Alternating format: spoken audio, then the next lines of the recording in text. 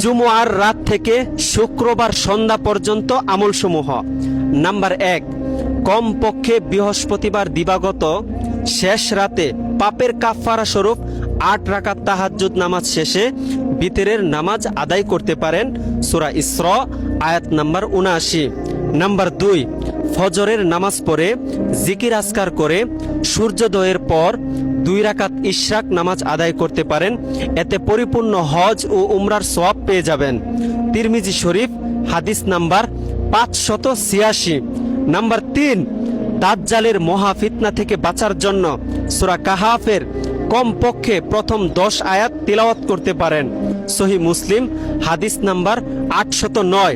Number 4, আসর ও মাগরিবের মধ্যবর্তী সময়ে দোয়া কবুলের বিশেষ মুহূর্ত সময় রয়েছে, তখন জাহান্নাম থেকে মুক্তির জন্য দোয়া করতে পারেন। সহিহ বুখারী হাদিস নাম্বার 935, সহিহ মুসলিম 852। রাসূল সাল্লাল্লাহু আলাইহি ওয়াসাল্লাম বলেছেন, যে ব্যক্তি তার পাপের জন্য কোনো তওবা না করেই মারা যায়, তার কবরের আযাব হবে অত্যন্ত ভয়াবহ।